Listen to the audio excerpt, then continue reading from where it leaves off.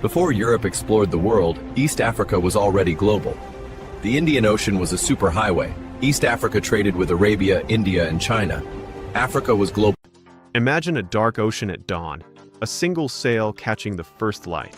Then, the horizon fills with massive ships, a powerful fleet on an epic voyage.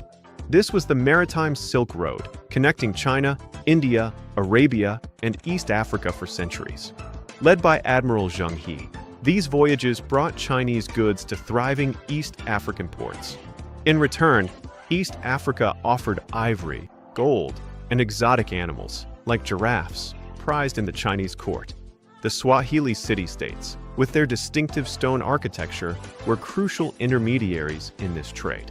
This demonstrates a complex, interconnected world long before the modern era, with Africa at its heart. Before Europe explored the world, before Columbus, before Vasco da Gama, East Africa was already trading across oceans. Long before European empires dominated the seas, African cities on the Swahili Coast were deeply connected to Asia through one of history's greatest commercial systems. The Indian Ocean trade, often called the Maritime Silk Road. This is not speculation, this is documented history. Stretching along the coast of modern Somalia, Kenya, Tanzania, and Mozambique, powerful African port cities emerged. Cities like Mogadishu, Mombasa, Malindi, and Kilwa Kisiwani. These were not isolated villages. They were cosmopolitan trading hubs, built from stone, governed by African elites, and connected inland to gold, ivory, and agricultural wealth. From these ports, African merchants traded confidently with Arabia, Persia, India, and beyond. Africa was not on the edge of the world. Africa was at its crossroads. The Indian Ocean was history's first true global highway. Seasonal monsoon winds allowed sailors to move predictably between Africa and Asia, creating stable trade routes centuries before Atlantic exploration.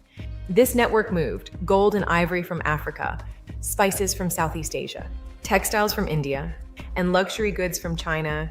East African societies didn't just participate, they mastered this system. And then something extraordinary happened. In the early 1400s, China's Ming dynasty launched the most ambitious maritime expeditions the world had ever seen.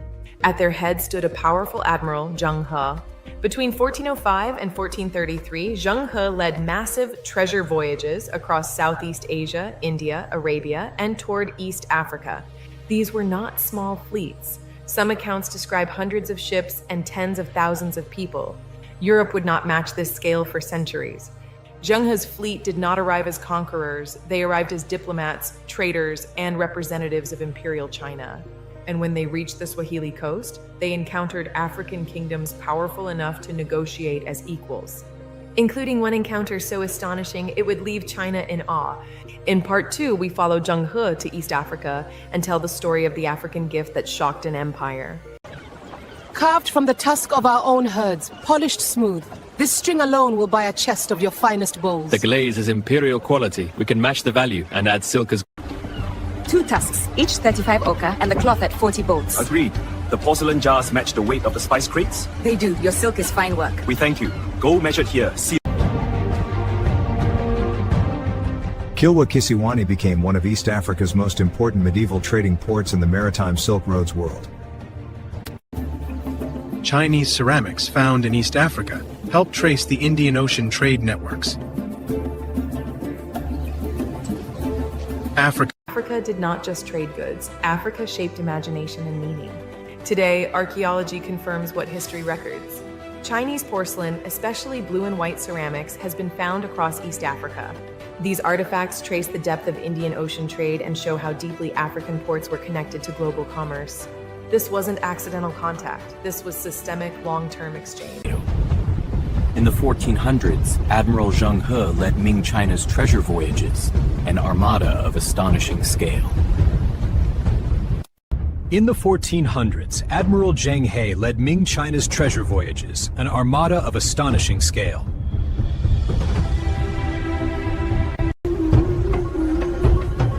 Between 1405 and 1433, Admiral Zheng He led the greatest maritime expeditions in history. Between 1405 and 1433, Admiral Zheng He led the greatest maritime expeditions in history. In the early 1400s, China launched ships so massive they dwarfed European vessels. Some were several times larger than the ships Columbus would sail decades later. In the early 1400s, China launched ships so massive they dwarfed European vessels. Some were several times larger than the ships Columbus would sail decades later. Let's clarify some historical perspectives, specifically comparing the voyages of Zheng He and Christopher Columbus. Zheng He's massive treasure ships sailed the Indian Ocean, fostering trade and diplomacy along the vibrant Swahili Coast. These expeditions were integral to the Maritime Silk Road, a network facilitating the exchange of goods, ideas, and culture across continents. The scale of Zheng He's treasure ships dramatically dwarfed Columbus's smaller caravels, reflecting vastly different imperial ambitions and resources. Understanding these distinct historical narratives offers a richer, more nuanced view of global exploration and interaction. Imagine a dark ocean at dawn, a single sail catching the first light, hinting at a journey across vast, unknown waters. Then, the horizon fills with massive ships, their sails billowing, a powerful fleet embarking on an epic voyage. This was the Maritime Silk Road, a network connecting China, India, Arabia, and East Africa for centuries. Led by Admiral Zheng He, these voyages brought Chinese porcelain, silk, and other goods to thriving East African port cities. In return, East Africa offered ivory, gold, rhinoceros horn, and exotic animals, including giraffes, highly prized in the Chinese imperial court. The Swahili city-states, with their distinctive stone architecture, played a crucial role as intermediaries in this trade network. This historical interaction demonstrates a complex and interconnected world long before the modern era, emphasizing Africa's integral role in global trade. In the early 1400s, China's greatest fleet crossed the Indian Ocean. Led by Admiral Zheng He, the Ming treasure ships reached the Swahili coast of East Africa, centuries before European empires arrived. What happened next reveals how powerful Africa truly was. Zheng He's fleet is recorded as stopping at ports such as Malindi and Mombasa. Here, African rulers did not submit, they engaged diplomatically. Gifts were exchanged, trade relationships were strengthened, prestige flowed in both directions. This was not colonial conquest. It was state-to-state interaction between advanced civilizations. One gift, however, stood above all others. The ruler of Malindi sent the Ming emperor an animal unknown in China, a giraffe.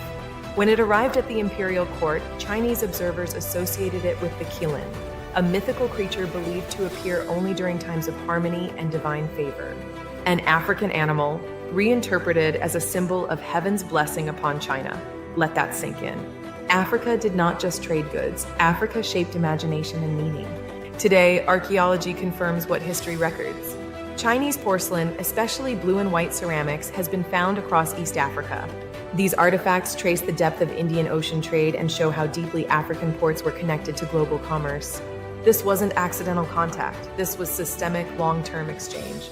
Modern textbooks often begin globalization in Europe, but that story is incomplete. When Europeans entered the Indian Ocean centuries later, they did not discover a blank map.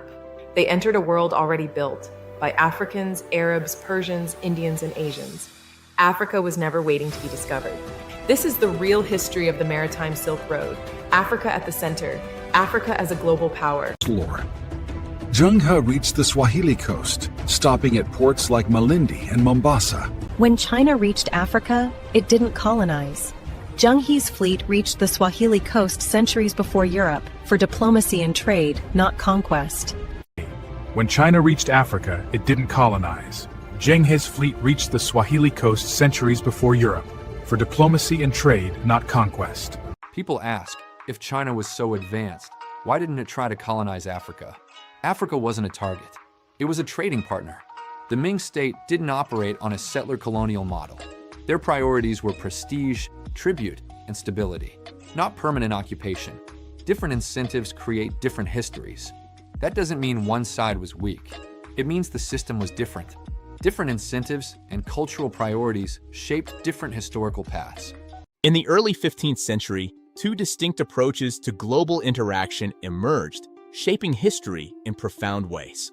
Zheng He's fleet, representing a trade-based system, engaged in peaceful diplomacy and exchange along the Swahili coast. This stark contrast in scale and purpose defined their journeys across different oceans.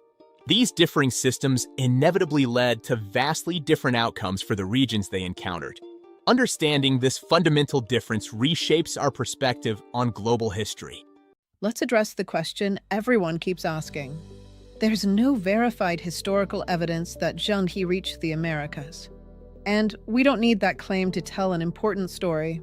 Documented Afro-Asian trade, centuries before Atlantic expansion. This alone challenges the idea that globalization started in 1492. The documented history already tells a powerful story. Modern textbooks often begin globalization in Europe, but that story is incomplete. When Europeans entered the Indian Ocean centuries later, they did not discover a blank map. They entered a world already built by Africans, Arabs, Persians, Indians, and Asians. Africa was never waiting to be discovered. This is the real history of the Maritime Silk Road. Ever notice how this part of history was barely mentioned in school? Western education focused on Atlantic expansion because that system shaped modern Europe and the Americas. Indian Ocean trade didn't fit the Western narrative, so it faded from textbooks. But absence in education doesn't mean absence in history. That's why revisiting global history matters. Ancient trade networks, far from disappearing, laid the very foundations for global connections we see today. These intricate systems evolved, particularly along the Swahili Coast, where thriving ports facilitated equal partnerships between African merchants and their Asian counterparts. This region was a vibrant hub of commerce and cultural exchange. The Maritime Silk Road, a decentralized network, thrived on trust built across vast distances. Reputation, shared rules, and mutual benefit were the pillars that sustained these complex exchanges, fostering cooperation without hierarchy.